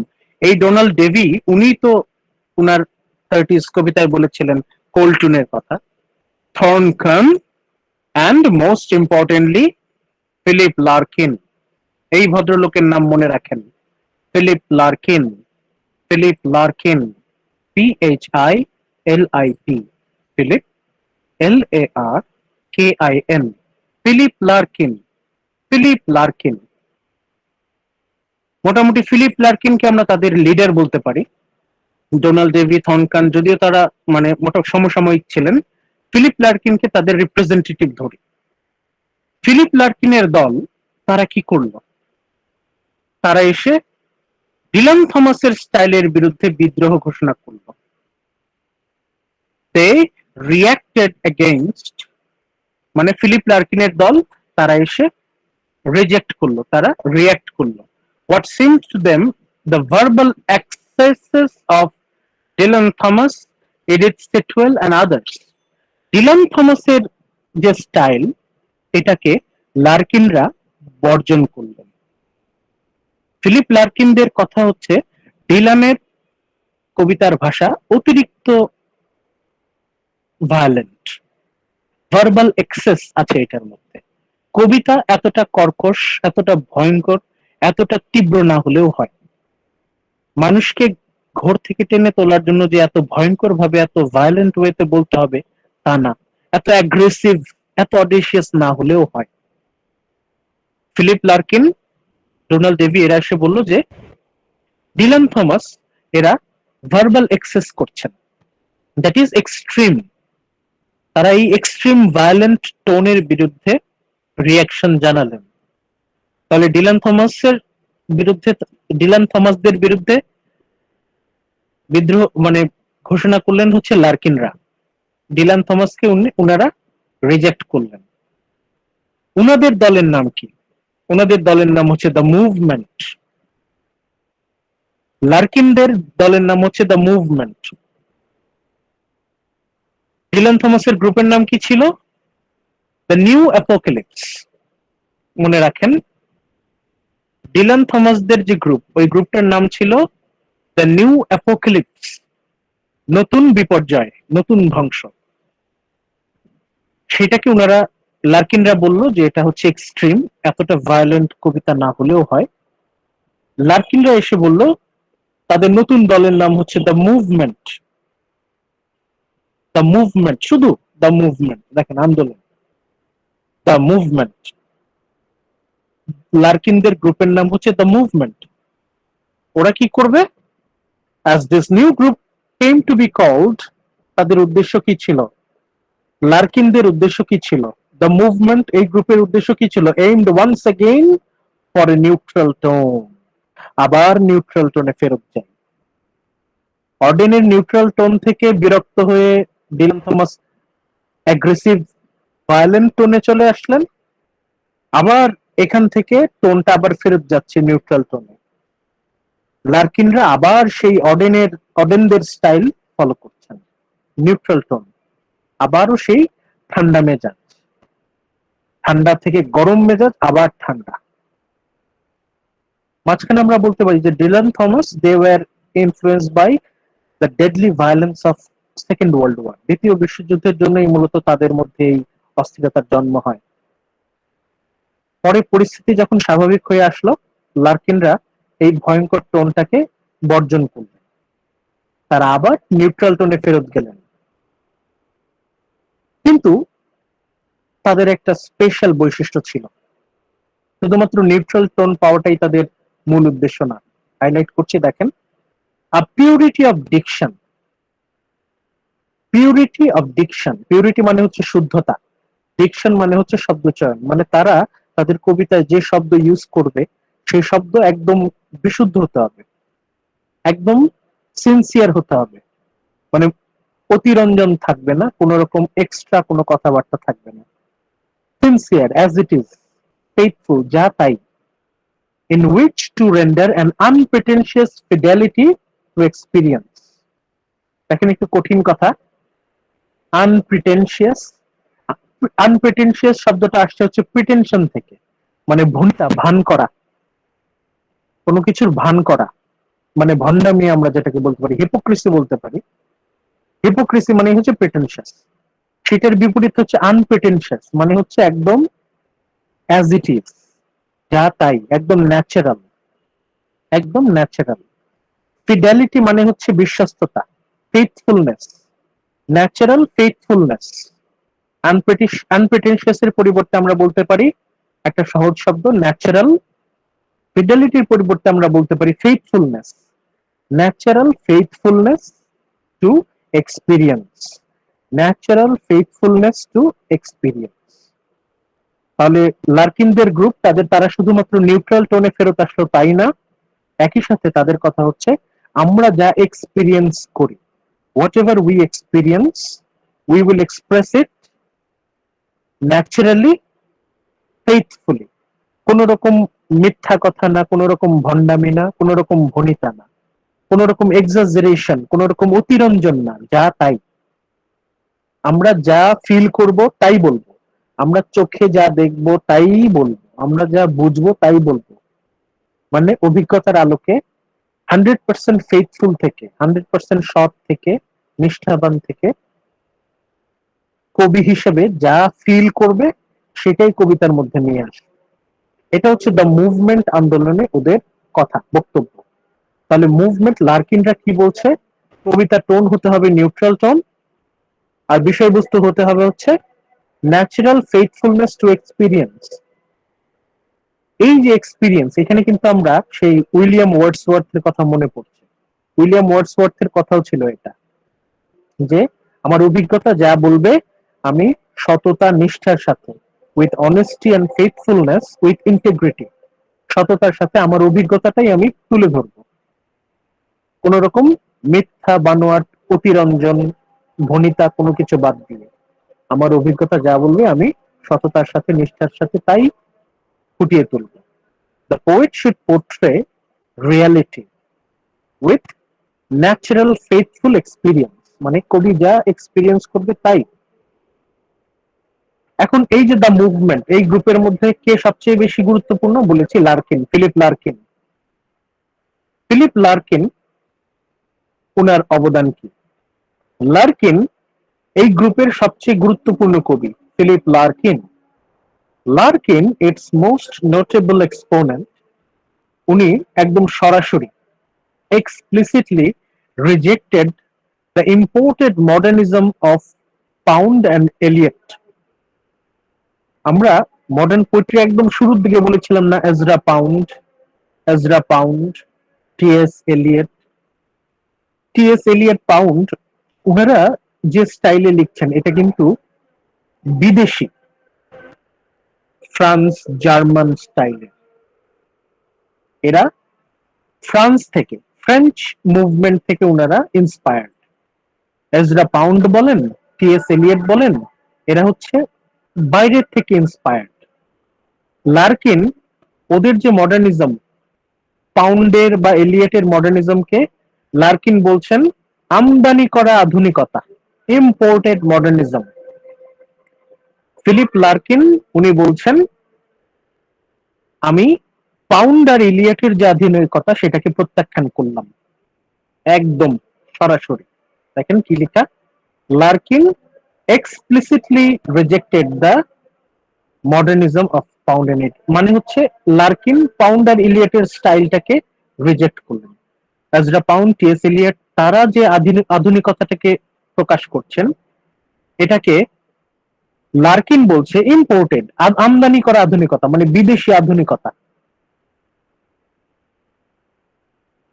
মানে লার্কিনের মধ্যে একটা জাতীয়তাবাদী অ্যাটিচিউড আমরা পাচ্ছি, যে সে এই আমদানি করা স্বাধীনতা, আমদানিকৃত আধুনিকতার উনি ধার ধারছেন না, উনি এটা প্রত্যাখ্যান করছেন। ফিলিপ লার্কিন উনি রিজেক্ট করলেন পাউন্ড আর এলিয়টের আমদানি করা বৈদেশি আধুনিকতা। তাহলে উনি কোন আধুনিকতাটা নেবেন?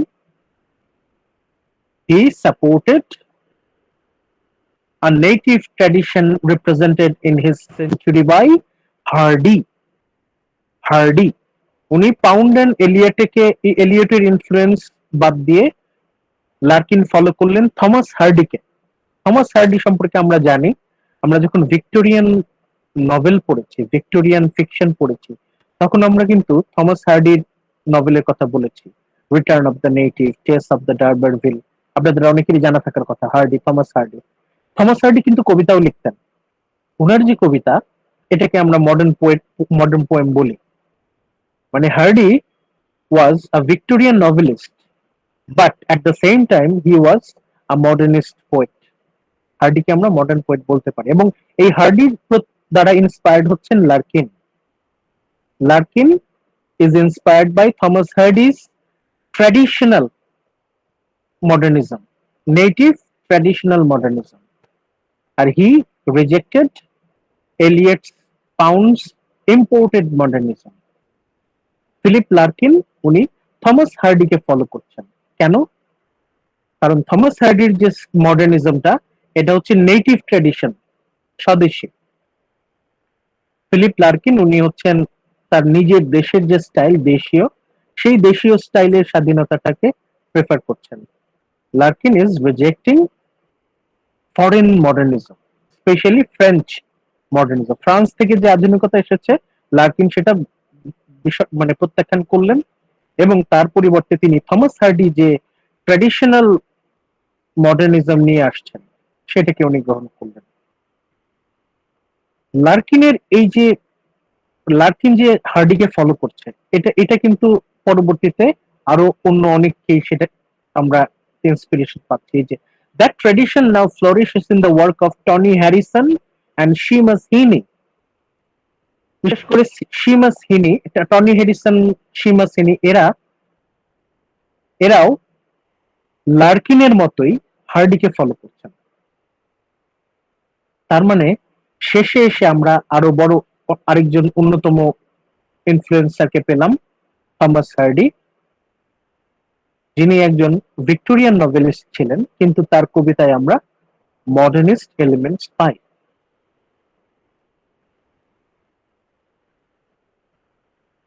তাহলে আপাতত আমরা এই পর্যন্তই থাকি। এখন আমি আস্তে করে, আচ্ছা, এরপরে যে পার্টটা আছে, আমরা খুব কুইকলি একটা রিডিং দিয়ে দেখি তো কোনো গুরুত্বপূর্ণ সেন্টেন্স আছে কিনা। Other of the younger poets, following example of Craig Raine, taking their name, the Martian School, এটা অতটা এখন আপাতত গুরুত্ব দিয়ে না পড়লেও হবে। Loot is the operative word. That seems, আচ্ছা, এখানে আমাদের নাই আর আপাতত। আমাদের আজকে আমরা পোয়েট্রি শেষ করে দিচ্ছি। ওকে, আমরা সিমাস হিনিতে এসেই থামবো। তাহলে নামগুলো কি কি? নামগুলো আমরা আস্তে আস্তে রিপিট করি। কাদের অবদান আমাদের মাথায় রাখতে হবে? আমরা যখন মডার্ন পোয়েট্রি নিয়ে আমরা অ্যান্সার লিখবো, ব্রড কোয়েশ্চেন হিসেবে খুবই গুরুত্বপূর্ণ একটা ব্রড কোয়েশ্চেন মডার্ন পোয়েট্রি খুবই গুরুত্বপূর্ণ একটা ব্রড কোয়েশ্চেন। আমরা এটাকে এখন কিভাবে লিখব? আমরা ফোকাস করব হচ্ছে মেজর মডার্ন পোয়েটস বলতে আমরা কাদের কাদের নাম উল্লেখ করব। অলরেডি আমরা দুইজনের নাম জানি। কারা কারা? আজরা পাউন্ড, এই যে এখানে নিচের জন হচ্ছেন আজরা পাউন্ড। টি.এস. এলিয়ট।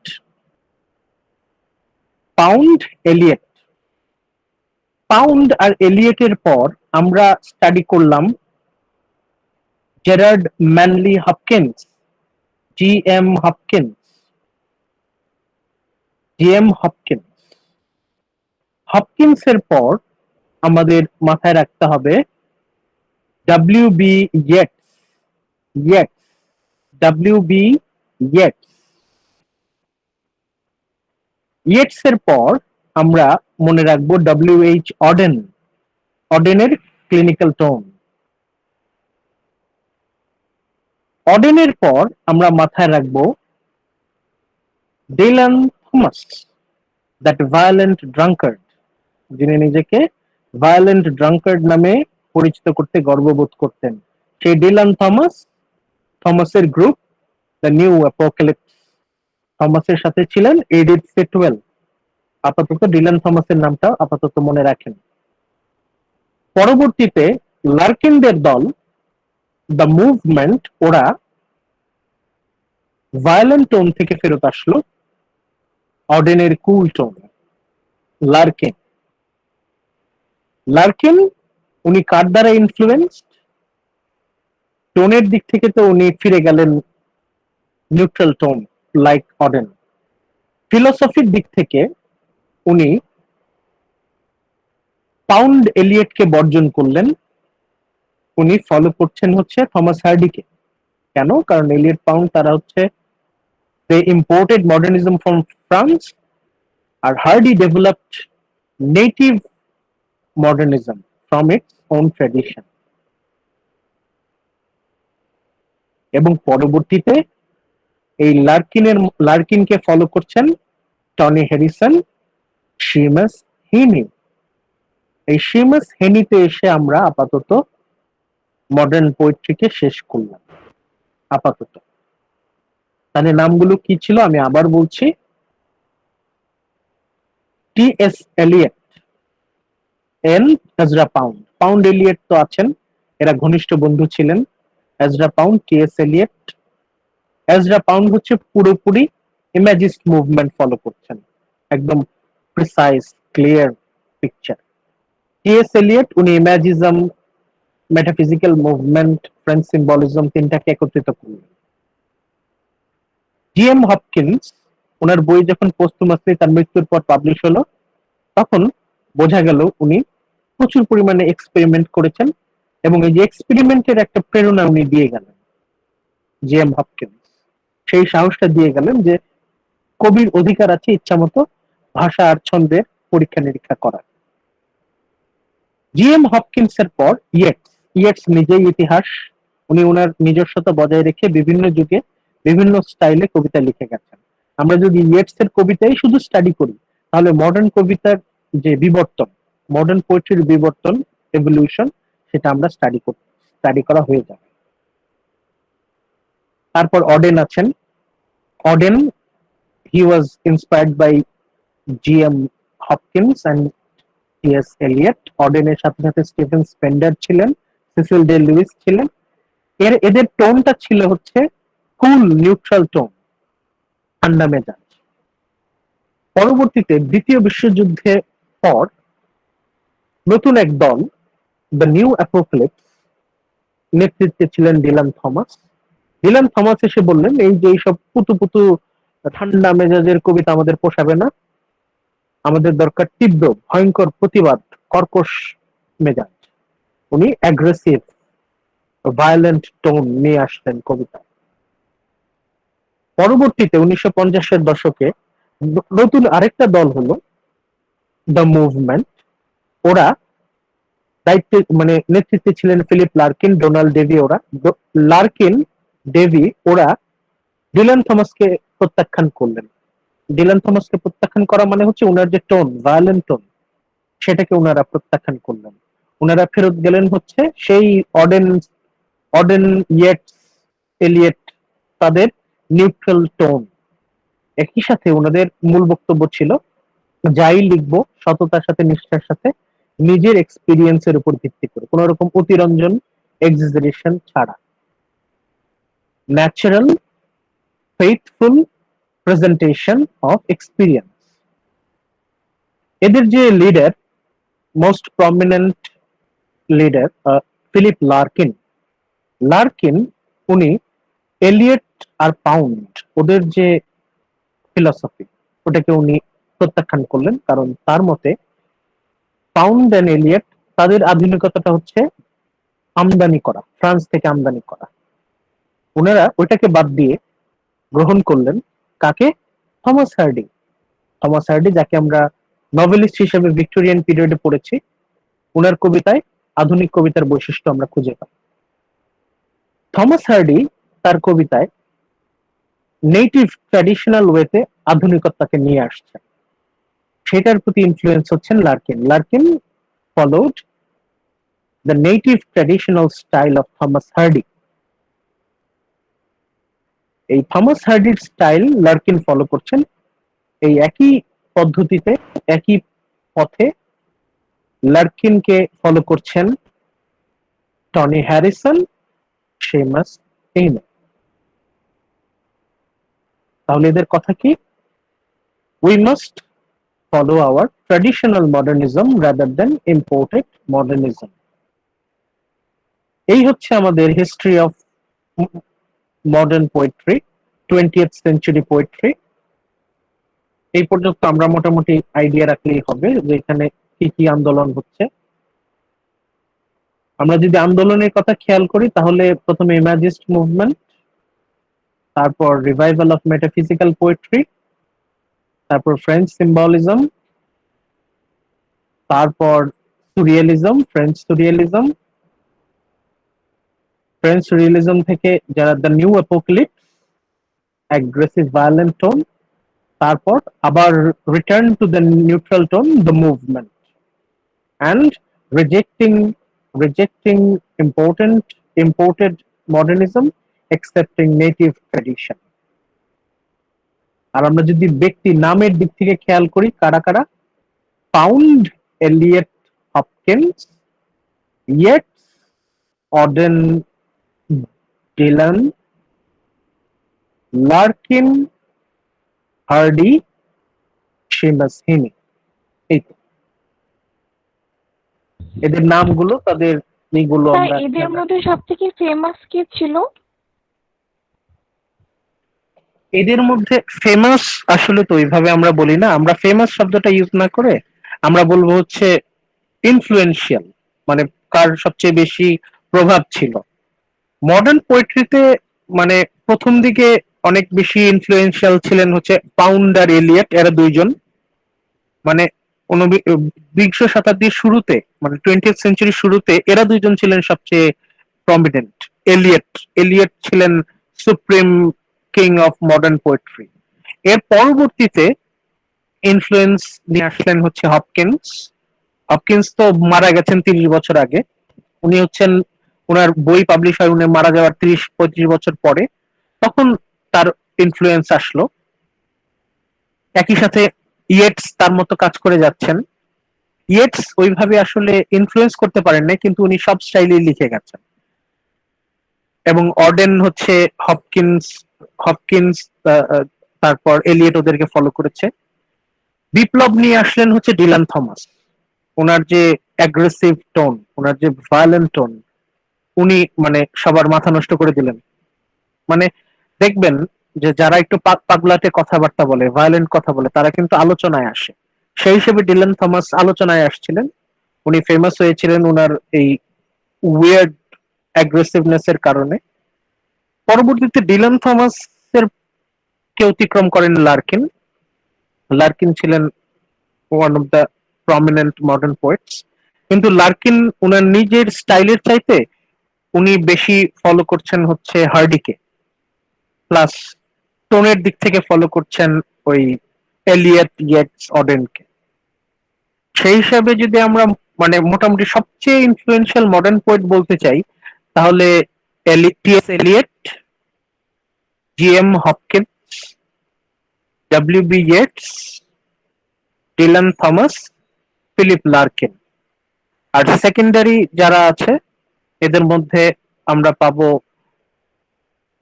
ডব্লিউ.এইচ. অডেনকে পাবো, ডোনাল্ড ডেভিকে পাবো, সেমাস হেনিকে পাবো, টনি হ্যারিসনকে পাবো। এই তো হয়েছে। আজকে তো অনেক দেরি হয়ে গেল। আসলে এই টপিকটা একটু মাথা ঠান্ডা রেখে যদি করেন, একটু মানে একটা স্ট্রাকচার বজায় রেখে যদি আপনারা চিন্তা করেন, ব্যাপার না। কিন্তু আপনি যদি মানে জেনারেলি পড়তে থাকেন তাহলে অনেক জটিলতার মধ্যে চলে যাবেন। একটা স্ট্রাকচার ফলো করবেন। এখানে তো আমি একটা স্ট্রাকচার দিয়ে দিয়েছি, এটা হচ্ছে আপনাদের পড়ার জন্য সুবিধা হবে। এখানে এলিয়েট পর্যন্ত আছে, বাকিটা আমি হচ্ছে পরে দিয়ে দিব। এখানে হচ্ছে এলিয়েট পর্যন্ত আছে, আমি পরবর্তীতে আমি পয়েন্ট করে দিয়ে দিব আপনাদের পড়ার সুবিধার জন্য। এটা আমি দিয়ে দিব, আপনারা আস্তে আস্তে শুরু করতে থাকেন। এটা হচ্ছে আপনাদের অ্যাসাইনমেন্টের জন্য, ফাইনালের আগে যে আপনাদের একটা অ্যাসাইনমেন্ট, ওইটার জন্য এই পার্টটা ইম্পর্টেন্ট, মডার্নিজম মডার্ন পোয়েট্রি। ঠিক আছে, আপনারা কষ্ট করে আজকে আসছেন, এর জন্য অনেক থ্যাঙ্কস। আজকে দরকার ছিল এক্সট্রা ক্লাসটা, নইলে পোয়েট্রিটা শেষ করা যেত না। ধৈর্য নিয়ে থাকার জন্য ধন্যবাদ। আবার ইনশাল্লাহ রবিবার দিন দেখা হবে যদি সুস্থ থাকি, ইনশাল্লাহ 5টা 10, নেক্সট সানডে 5:10 ইনশাল্লাহ। যদি এর মধ্যে কোনো কোয়েশ্চেন থাকে, কনফিউশন থাকে, অবশ্যই গুগল ক্লাসরুমে Thank you, জানাবেন। হ্যাঁ হ্যাঁ, গুগল ক্লাসরুমে জানাবেন। আর এটার আমি রেকর্ডিং যত তাড়াতাড়ি পারি দিয়ে দিচ্ছি। ঠিক আছে, ভালো থাকেন। আসসালামু আলাইকুম। আসসালামু আলাইকুম স্যার। Assalamu alaikum, sir. ওয়ালাইকুম আসসালাম।